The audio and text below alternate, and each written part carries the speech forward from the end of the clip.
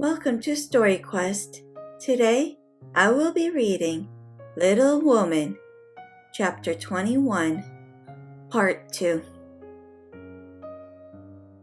Just because I wouldn't say what your mother wanted me for, I'd promised not to tell, and of course, isn't going to break my word. Couldn't you satisfy your grandpa in any other way? No, he would have the truth, the whole truth, and nothing but the truth. I'd have told my part of the scrap if I could without bringing Megan. As I couldn't, I held my tongue and bore the scolding till the old gentleman collared me, when I bolted for fear I should forget myself. It wasn't nice, but he's sorry, I know, so go down and make up. I'll help you. Hanged if I do. I'm not going to be lectured and pummeled by everyone, just for a bit of frolic. I was sorry about Meg, and begged pardon like a man, but I wouldn't do it again, when I wasn't in the wrong. He didn't know that. He ought to trust me, and not to act if I was a baby. It's no use, Joe. He's got to learn that I'm able to take care of myself, and I don't need anyone's apron string to hold on by. What pepper pots you are in, sighed Joe. How do you mean to settle this affair? Well, he ought to beg pardon, and believe me when I say I can't tell him what the fuss is about. Bless you, he won't do that. I won't go down till he does. Now, Teddy, be sensible. Let it pass, and I'll explain what I can.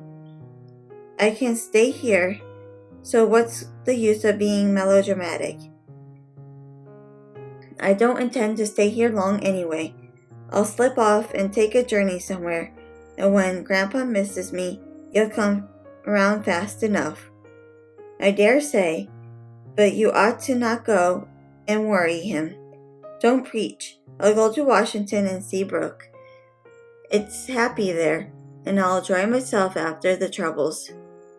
What fun you'd have. I wish I could run off too, said Joe, forgetting her part of mentor in lively visions of martial life on the Capitol. Come on then, why not? You go and surprise your father, and I'll stir up old Brooke. It would be a glorious joke. Let's do it, Joe. We'll leave a letter saying we are all right and trot off at once. I got money enough. It will do you good and no harm as you go to your father. For a moment, Joe looked as if she would agree. For wild as the plan was, it just suited her. She was tired of care and confinement, longed for change, and thoughts of her father blended temptingly with the novel charms of camps and hospitals, liberty and fun. Her eyes kindled as they turned wistfully toward the window, but they fell on the old house opposite, and she shook her head with a sorrowful decision. If I was a boy, we'd run off together and have a capital time, but I am a miserable girl. I must be proper and stop at home. Don't tempt me, Teddy. It's a crazy plan. That's the fun of it, began Laurie, who got a willful fit on him and was possessed to break out of bounds in some way. Hold your tongue, cried Joe, covering her ears. Prunes and prunes are my doom, and I may as well make up my mind to do it. I came here to moralize, not to hear things that make me skip to think of. I know Meg would wet blanket such a proposal, but I thought you had more spirit, began Laurie. Bad boy, be quiet. Sit down and think of your own sins. Don't go making me add to mine. If I get your grandpa to apologize for shaking, will you give up running away? Asked Joe seriously. Yes, but you won't do it, answered Laurie, who wished to make up, but felt that his outraged dignity must be appeased first. If I can manage the young one, I can the old one, muttered Joe, as she walked away, leaving Laurie bent over a road map. with his head propped on both hands. "Come in."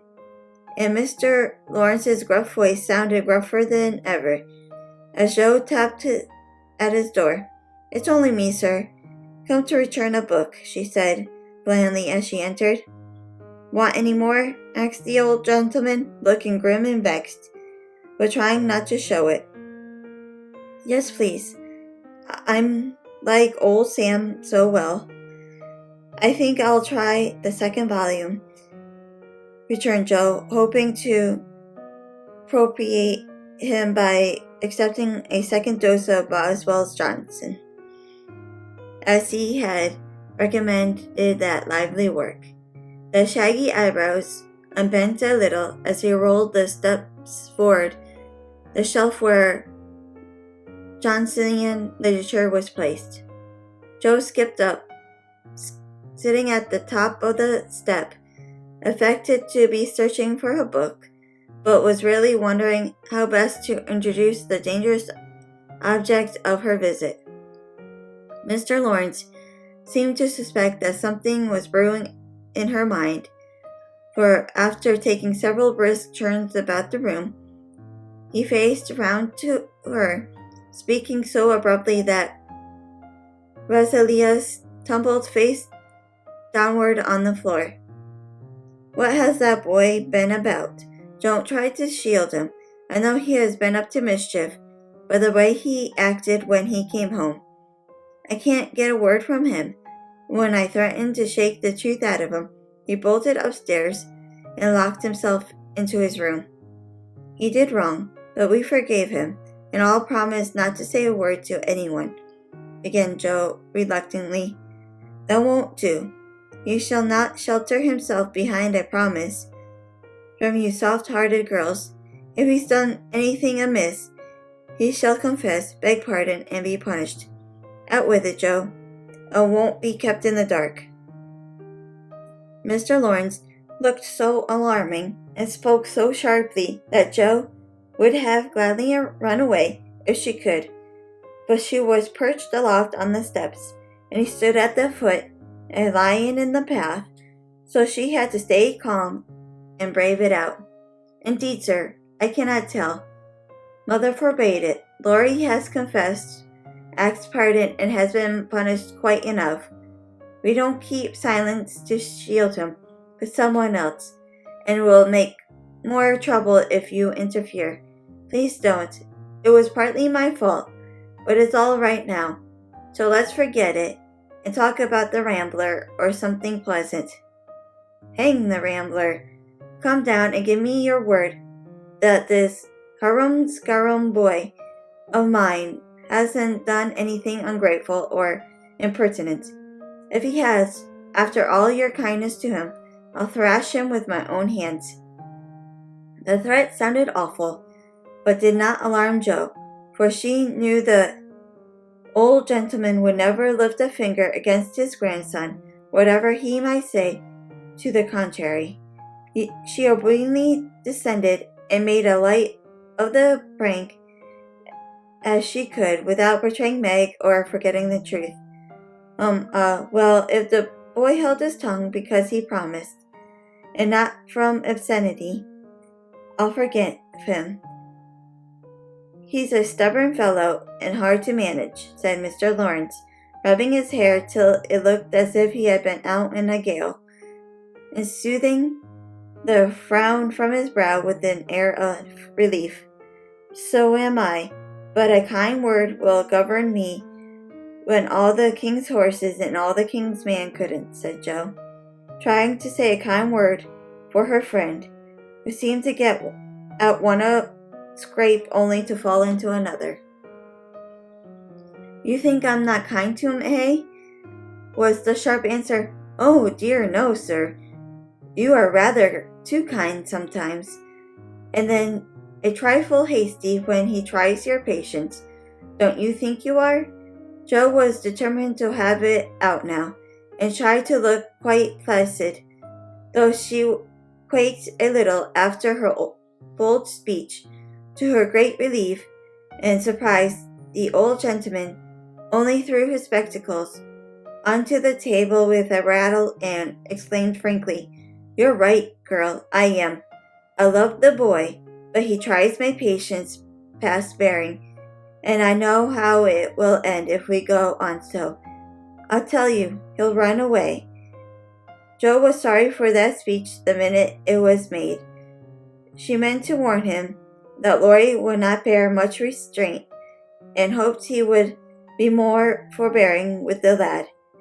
Mr. Lawrence's ruddy face changed suddenly, and he sat down with a troubled glance at the picture of a handsome man which hung over his table. It was Laurie's father, who had run away in his youth and married against the imperious old man's will. Joe fancied he remembered and regretted the past, and she wished she had held her tongue. He won't do it unless he is very much worried, and only threatens it sometimes. When he gets tired of studying, I often think I should like to, especially since my hair was cut. So if you ever miss us, you may advertise for 2 boys and look among the ships bound for India. She laughed as she spoke, and Mr. Lawrence looked relieved, evidently taking the whole as a joke. "How dare you talk in that way? Where's your respect for me, and your proper bringing up? Bless the boys and girls, what torments they are, yet we can't do without them," he said, pinching her cheeks good-humoredly. "Go and bring that boy down to his dinner. Tell him it's all right, and advise him not to go on tragedy airs with his grandfather. I won't bear it." "He won't come, sir. He feels badly, because you didn't believe him when he said he couldn't tell. I think the shaking hurt his feelings much." Joe tried to look pathetic, but must have failed, for Mr. Lawrence began to laugh, and she knew the day was won. "I'm sorry for that, and ought to thank him for not shaking me, I suppose. What the dickens does the fellow expect?" And the old gentleman looked a trifle ashamed of his own testiness. "If I were you, I'd write him an apology, sir. He says he won't come down till he has won, and talks about Washington, and goes on in an absurd way. A formal apology will make him see how foolish he is, and bring him down quite amiable. Try it. He likes fun, and this way is better than talking. I'll carry it up and teach him his duty." Mr. Lawrence gave her a sharp look, and put on his spectacles, saying slowly, "You're a sly cat, but I don't mind being managed by you and Beth. Here, give me a bit of paper, and let us have done with this nonsense." The note was written, and in the terms which one gentleman would use to another after offering some deep insult. Joe dropped a kiss on top of Mr.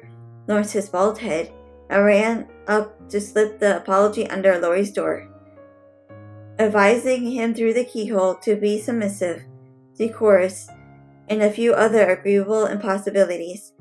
Finding the door locked again, she left the note to do its work.